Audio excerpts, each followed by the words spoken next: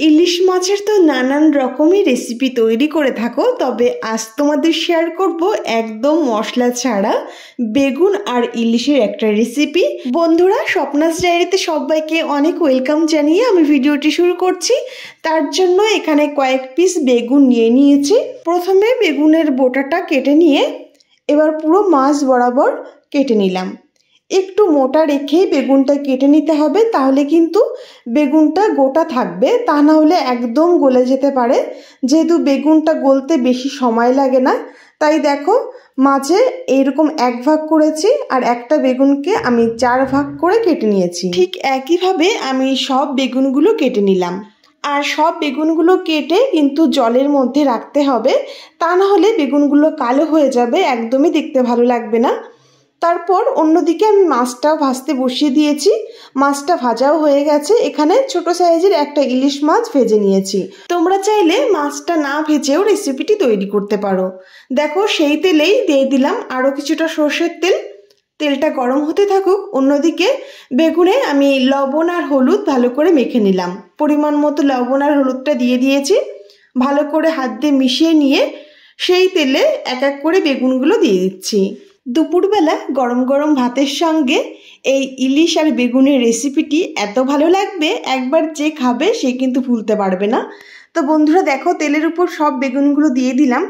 এবার নেড়ে চেড়ে আমি হালকা ভেজে নেব। বেশি ভাজলে কিন্তু বেগুনটা একদমই গলে যাবে, তাই একদম হাই ফ্লেমে খুব অল্প সময়ের মধ্যে এরকম লালচে রং ধরে ভেজে নিয়েছি এবং সব বেগুনগুলো তুলে নিলাম।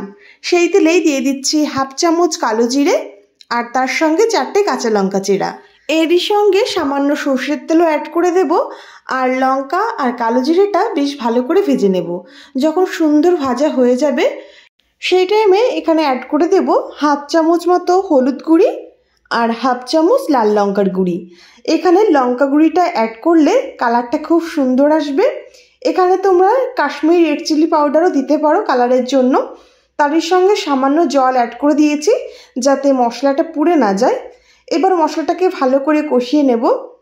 1 মিনিট মতো কষিয়ে নিয়েছি। আর যখন দেখব ঠিক এইরকম তেল ছাড়তে শুরু করেছে, তখন দিয়ে দিচ্ছি আরও কিছুটা জল। অল্প পরিমাণে জল দিয়ে দিলাম। জলটা যখন এইরকম ফুটতে শুরু করেছে, ভেজে রাখা মাছগুলো দিয়ে দিলাম। এখানে 4 পিস মাছ দিয়েছি। এখানে তোমরা চাইলে মাছটা ভেজে না দিয়ে কাঁচা মাছও দিতে পারো। তো দেখো আরও কিছুটা জল দিয়ে দিলাম। যে যেই রকম ঝোল চাইছো সেই হিসাবে জলটা অ্যাড করবে। জলটা দেওয়ার পর কিছু সময় ওয়েট করব জাল ওঠার জন্য। আর যখন এইরকম সুন্দর জাল উঠে যাবে সেই টাইমে ভেজে রাখা বেগুনগুলো দিয়ে দিলাম। বেগুনটা দিয়ে আলতোভাবে ঝোলের সঙ্গে মিশিয়ে নেব। ভালো করে মিশিয়ে নেওয়ার পর কয়েক সেকেন্ড জাল করে আঁচটাকে একদম কমিয়ে একটা ঢাকনি দিয়ে ঢেকে দিচ্ছি কিছু সময়ের জন্য। প্রায় 3 থেকে 4 মিনিট মতো ঢাকা দিয়ে আমি জাল করে নেব। তো ফিরে আসছি একদম 3-4 মিনিট পর।